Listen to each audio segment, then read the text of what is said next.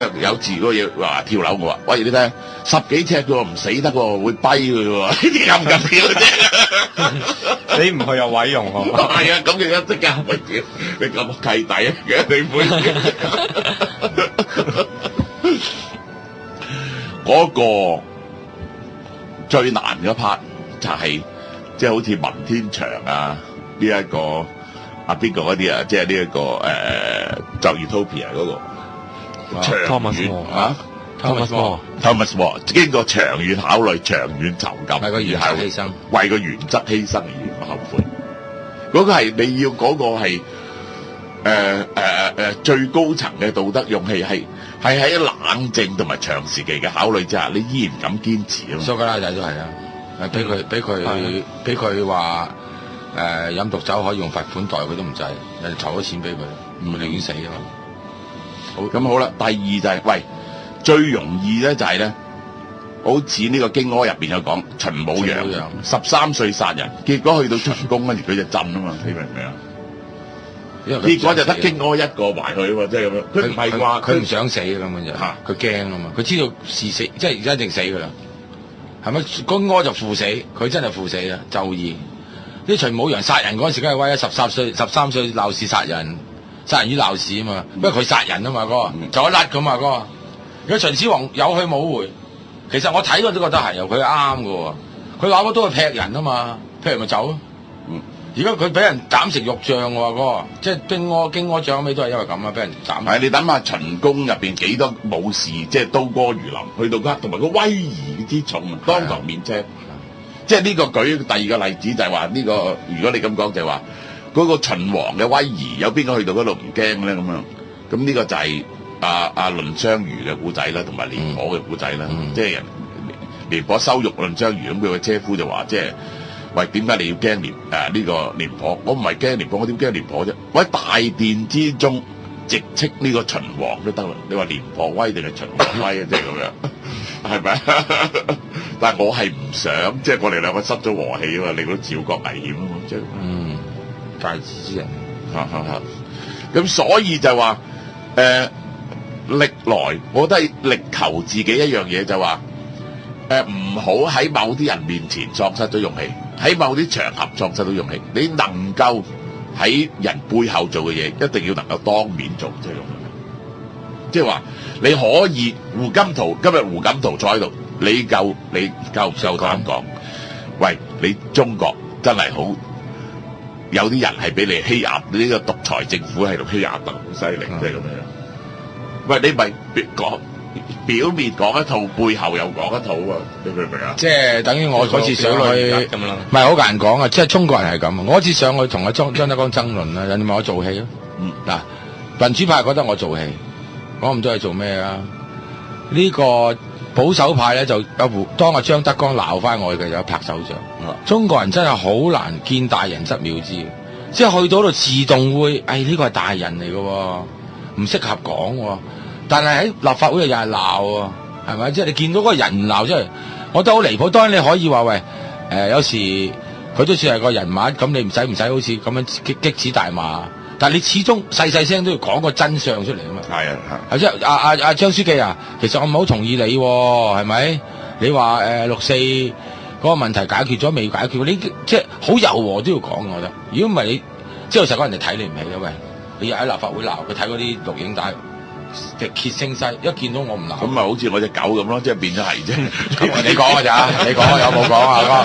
哥，我冇講啊。背後即係喂，即係廢就廢得好用啊，就係不停向後吞啫。蕭生頭先成日分析嗰啲都係即係對外嘅勇，如果對內知恥近乎勇，嗰個勇又點睇咧？呢個又係講翻，即係應該大力，即係唔夠嘅，就係呢一個老子《道德經》所謂，即係呢一個知人者智，自知者明，勝人者力，自勝者強。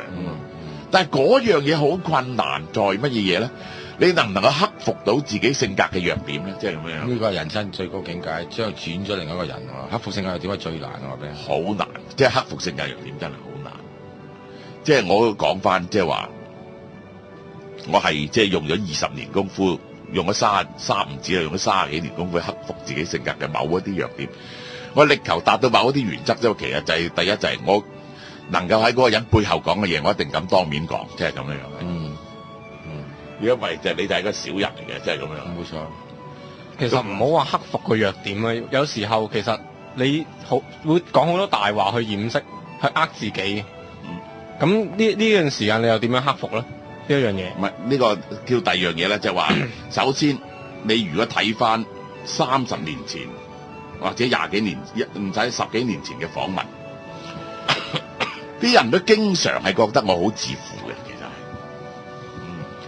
係。呢個喺大學時期係更加犀利，即係咁樣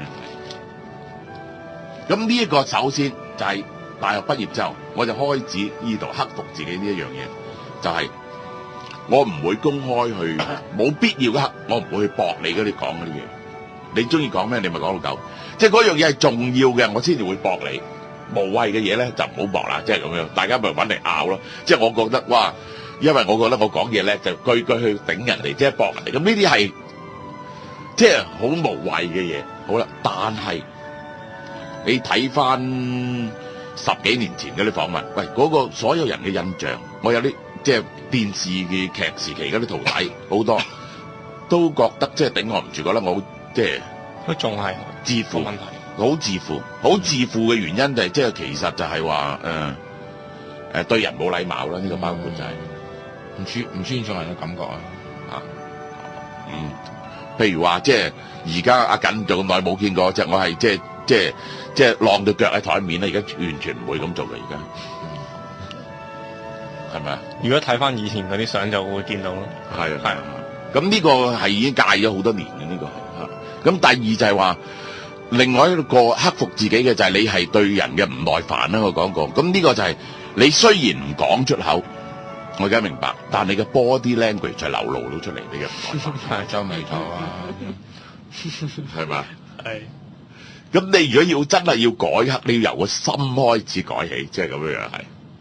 如果唔係咧，你就要即係方法演技嘅大師先至搞得掂你，可以唔流露出嚟啊嘛。人嘅相處就係你尊唔尊重嗰個人啦。我覺得，即係如果你唔尊重嗰個人咧，你就會不自然咁流露。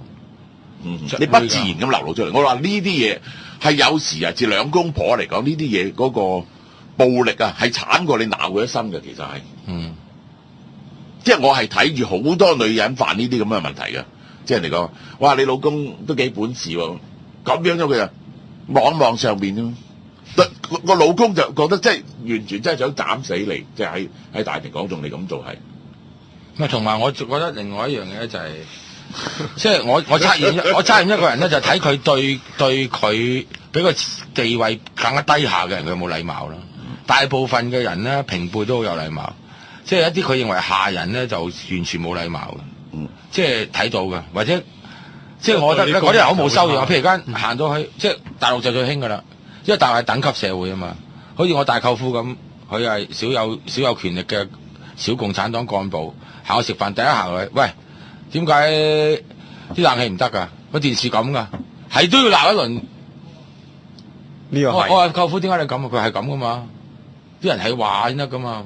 唔係佢恰你咁，咪大陸又係喎，真係。係啊，佢行過去就指就係咁話邊度唔得唔得。大陸啲人一係就攞個折頭，我就攞個折頭。試過就係食嘢，佢啲次序落錯咗，係鬧到佢喊嘅，可以。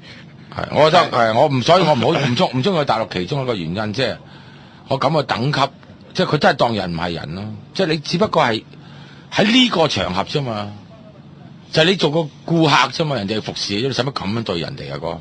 少少錯係咁鬧，即係人哋嗰個咪唔好搞喎，只有喊字嘅啫。一係就斬死你，積怨就斬死佢咯，係咁噶啦。或者整啲料落啲刺嗰俾你食咁啊，有加料喎大佬啊！點解未講完喎？下次先講埋鬧人喎，有呢個人諗到即係發脾氣同鬧人同埋勇敢之間嘅關係喎，即係咁樣樣。明白。好，下星期再見。下星期再請教。